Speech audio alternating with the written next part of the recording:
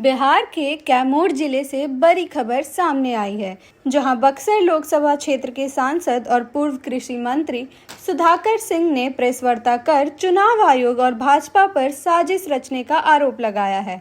उन्होंने कहा कि मोहनिया विधानसभा सीट से राजद उम्मीदवार श्वेता सुमन का नामांकन रद्द किया जाना लोकतंत्र और निष्पक्ष चुनाव प्रक्रिया के खिलाफ है।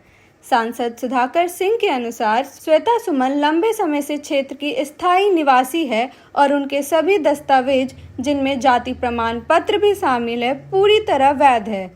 इसके बावजूद भाजपा द्वारा दबाव बनाकर रिटर्निंग ऑफिसर से उनका नामांकन रद्द करवाया गया।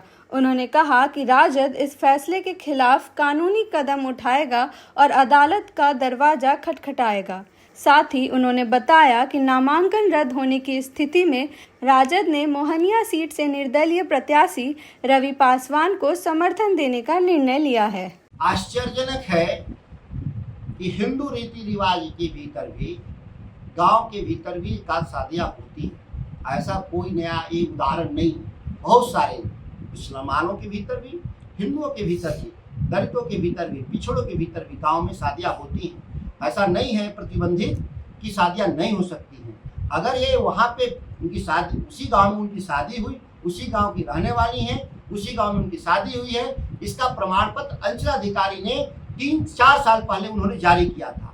जब 4 साल पहले ये अंचलाधिकारी ने जारी किया तो इसको अगर किसी को ऑब्जेक्शन था तो उसके एक संविधान में लिखा हुआ प्रावधान है कि इसकी एक पटना में एडिशनल सेक्रेटरी के नेतृत्व में एक स्क्रूटनी कमेटी होती है। क्या अनुमंडल पदाधिकारी ने इस नियम का पालन किया? अगर उनको लगता था कि संदिग्ध जाति प्रमाण पत्र, तो उनको अपील करना चाहिए था जाकर के स्क्रूटनी कमेटी पट्टा के सामने, और उसके निर्णय के आधार पर इसका फैसला होना चाहिए था कि चुनाव लड़ सकते हैं कि नहीं। सबसे बड़ी बात, लोकतंत्र में अगर कोई गलत एफिडेविट के साथ चुनाव लड़ता है तो उसके लिए कोर्ट है। चुनाव जीतने के बाद भी वो चुनाव खारिज किए जाते हैं देश में। मैं सैकड़ों लोग का उदाहरण जानता हूं कि चुनाव जीतने के बाद भी उनके हटा दिए गए। लेकिन आप लोकतंत्र में जनता से ऊपर बनने का कोशिश अनुमंडल पदाधिकारी कर रहे हैं। कम से कम जिस संविधान की शपथ लेके जिस पद पर है, उस संविधान का पालन करने का बात करना चाहिए, न कि आरोप प्रत्यारोप में शामिल होना चाहिए। और ये एक न्यायाधीश का पद है, निर्वाची अधिकारी के तौर पे एक आईएएस के पद, आईएएस होना महत्व नहीं रखता, वो एक न्यायाधीश का पद है और न्यायाधीश साक्ष्य के आधार पर फैसला करता है। आप कौन होते हैं ये देखने वाला कि जाति प्रमाण पत्र सही या गलत? उसका जुडिक्शन पटना एडिशनल सेक्रेटरी के नेतृत्व में 3 सदस्यीय स्क्रूटनी कमेटी, ये कानून में है। तो क्या कानून का पालन किया अनुमंडल पदाधिकारी ने? ये सवाल उनसे होना चाहिए कि आप किस कानून की बात कर रहे हैं? आपने तो खुद ही कानून का पालन नहीं किया है। आपको बहुत जानकर आश्चर्य होगा कि बिहार के चुनाव में किस तरीके से सत्ता पक्ष और बिहार प्रशासन पूरे चुनाव को हाईजैक कर चुका है। निर्वाचन आयोग यहाँ पर चुनाव आयोग बन गया है। चुनाव आयोग पूर्णतः बिहार सरकार, नीतीश कुमार और अमित शाह के दबाव में है। अब बिहार में जब ये चुनाव हारता हुआ दिख रहे हैं तो ये लगातार हमारे प्रत्याशियों को या तो नामांकन रद्द करा रहे हैं या हमारे प्रत्याशियों को पुराने ऐसे केसों में गिरफ्तार करने का प्रयास कर रहे हैं जिसका कभी नोटिस ही नहीं आया। आप देखे होंगे सासाराम संसदीय क्षेत्र में हमारे घोषित प्रत्याशी सत्येंद्र शाह को 2004 के पुराने मामले में 21 साल बाद गिरफ्तारी चौंकाने वाला है कि आखिर कैसा बिहार में प्रशासन है जो 21 साल किसी मामले में मौन साधे रहा। दूसरी तरफ आप मोहनिया विधानसभा का मैं बताना चाहता हूं कि हमारी घोषित प्रत्याशी राष्ट्रीय जनता दल की श्वेता सुमन पिछले भी विधानसभा में वो नामांकन की थी, चुनाव बिहार में लड़ी थी। उससे पहले वो जिला पार्षद का चुनाव लड़ी थी और जीती थी। इस पर राष्ट्रीय जनता दल जब से उनको नामांकन के लिए प्रस्ताव दिया, पूरे भाजपा के खेमे में खलबलाहट रहा। और एक दलित महिला श्वेता सुमन हमारे एक दलित भी हैं, रविदास समाज की, और महिला भी हैं। उनको चुनावी अभियान से बाहर करने के लिए एक गलत तथ्य के आधार पर उनको चुनावी प्रक्रिया से बाहर कर दिया गया। आपको मैं दिखा दूं, ये कागज है सिविल स्टूडियो का।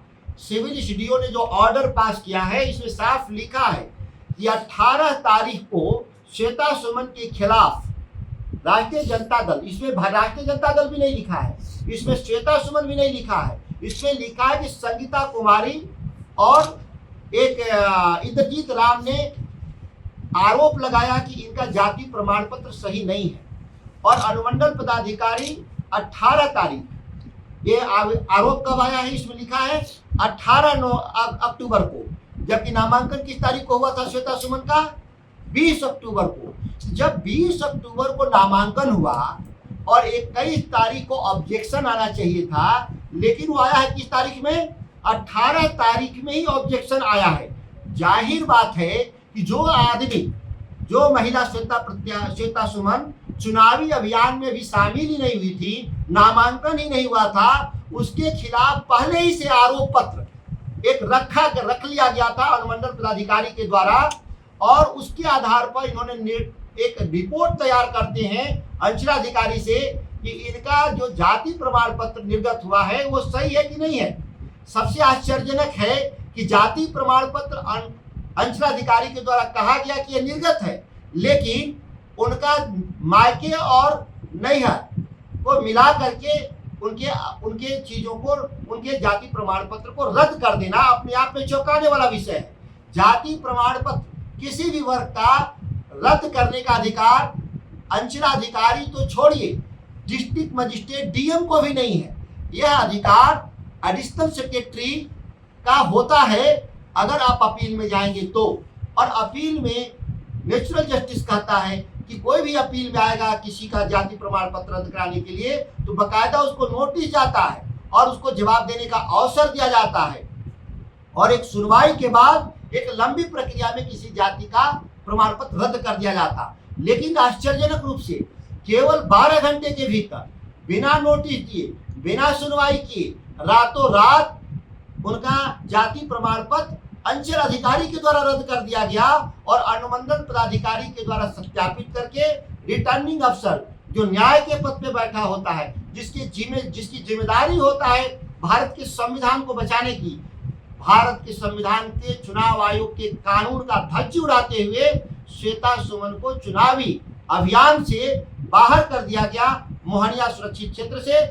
इससे ज्यादा गुनाह का काम हो ही नहीं सकता और हम लोग इसके लिए पार्टी श्वेता सुमन के साथ खड़ी है, न्याय के लिए कोर्ट में भी जाएगी। ठीक है कि इसमें कानून है कि चुनाव अभियान के दौरान कोई भी कोर्ट का फैसला आने में वक्त लगेगा। पार्टी ने इसीलिए तय किया है कि उसके जगह पे निर्दलीय हमारे प्रत्याशी रवि पासवान, पूर्व सांसद, पूर्व मंत्री छेदी पासवान के जो पुत्र हैं, राष्ट्रीय जनता दल उनको समर्थन करता है और मुंहतोड़ जवाब मोहनिया विधानसभा में भारतीय जनता पार्टी के मंसूबे को फेल करते हुए मुंहतोड़ जवाब हम लोग देंगे और निश्चित तौर पे भारी बहुमत से चुनाव जीतकर भाजपा को हराने का काम हम लोग करेंगे। और ये मैं आपको इस तथ्य के साथ इसलिए मैंने बुलाया था मीडिया को कि आप देख लें कि इसमें कोई भी कानून का पालन नहीं हुआ है, कोई भी कानून का पालन नहीं हुआ है। जो नेचुरल जस्टिस है उसका पालन नहीं है। जजमेंट पहले कहा गया है कि आप आरोप लगे, कहा गया केस होने से पहले जजमेंट लिख लिया गया। जजमेंट 18 तारीख को लिख लिया गया, नामांकन 20 तारीख को हुआ, स्कूटी 21 तारीख को था और 22 तारीख को ये प्रिजुडिस थे।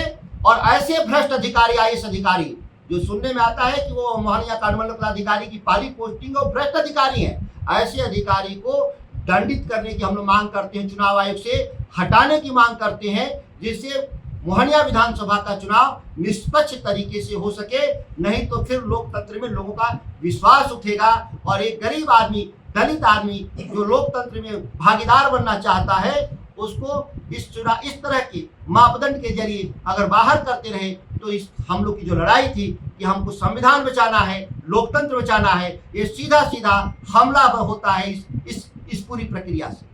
के पास अनुसूचित जनजाति का सर्टिफिकेट नहीं होगा, इसीलिए वो चुनाव लड़ी जनरल सीट। लेकिन श्वेता सुमन के पास, वो कल्पना सोरेन नाम उनका, हेमंत सोरेन की पत्नी, उनके पास अनुसूचित जनजाति का सर्टिफिकेट नहीं होगा, इसलिए जनरल पे लड़ी होंगी। श्वेता सुमन रविदास हैं, इस पे बारे में किसी को कोई शक नहीं। और रविदास का सर्टिफिकेट यहीं पर मिला है, इसी अंचल से दुर्गावती से मिला है, तो उनको रद्द करने का अधिकार कहाँ है? कोई भी जमीन के कागज में म्यूटेशन में दाखिल खारिज में भी जो अंचल अधिकारी फैसला करता है वो तहसीलदार के यहाँ अपील होता है, उसको डायरेक्ट नहीं तोड़ने का अधिकार है। अगर अंचल अधिकारी को लगता था कि हमसे कोई गलती हो गई है तो ये जाना चाहिए था पटना स्कूटनी कमेटी के पास, और स्कूटनी कमेटी का जो फैसला होता है वो सभी के लिए मान्य होता। लेकिन आप एक शक के आधार पे आप किसी को चुनावी अभियान से बाहर कर देते हैं। ये मानसिकता जाहिर करता है एनडीए का, भाजपा का, कि ये दलित विरोधी लोग हैं, समाज विरोधी लोग हैं, लोकतंत्र में विश्वास नहीं है, कानून में विश्वास नहीं है, अन्यथा चुनाव लड़ने देते। आप स्कूटनी कमेटी का जो फैसला होता वो सभी के लिए मान्य होता। तो क्या प्रशासन भी किसी के दबाव में निर्णय लिया जिस प्रकार से कर रहे हैं? मैं एकदम दावे के साथ कर रहा हूं, बिहार के मुख्यमंत्री और देश के गृह मंत्री अमित शाह के दबाव में फैसले लिए गए हैं। अनुमंडल पदाधिकारी के सरकारी मोबाइल नंबर का कॉल डिटेल निकाला जाए। अगर कॉल डिटेल से साबित नहीं हो जाएगा कि मेरे आरोप गलत, आरोप सही नहीं है, तो जो दंड निर्धारित करेगा समाज, हम उसको भोगने के लिए तैयार हैं। लेकिन अनुमंडल पदाधिकारी राज्य के वरिष्ठ अधिकारियों, मुख्यमंत्री और गृह मंत्री के दबाव में कॉल डिटेल, मैं चुनौती दे रहा हूं कि उनके कॉल डिटेल निकाले जाए कि किनसे किनसे उनकी बात हुई है। न्यायाधीश के पद पर रहते हुए इसे साबित हो जाएगा। और निर्वाचन आयोग को भी मैं सलाह दे रहा हूं कि ऐसे लोग का कॉल डिटेल जांच करके इनको पद मुक्त करने का काम करें।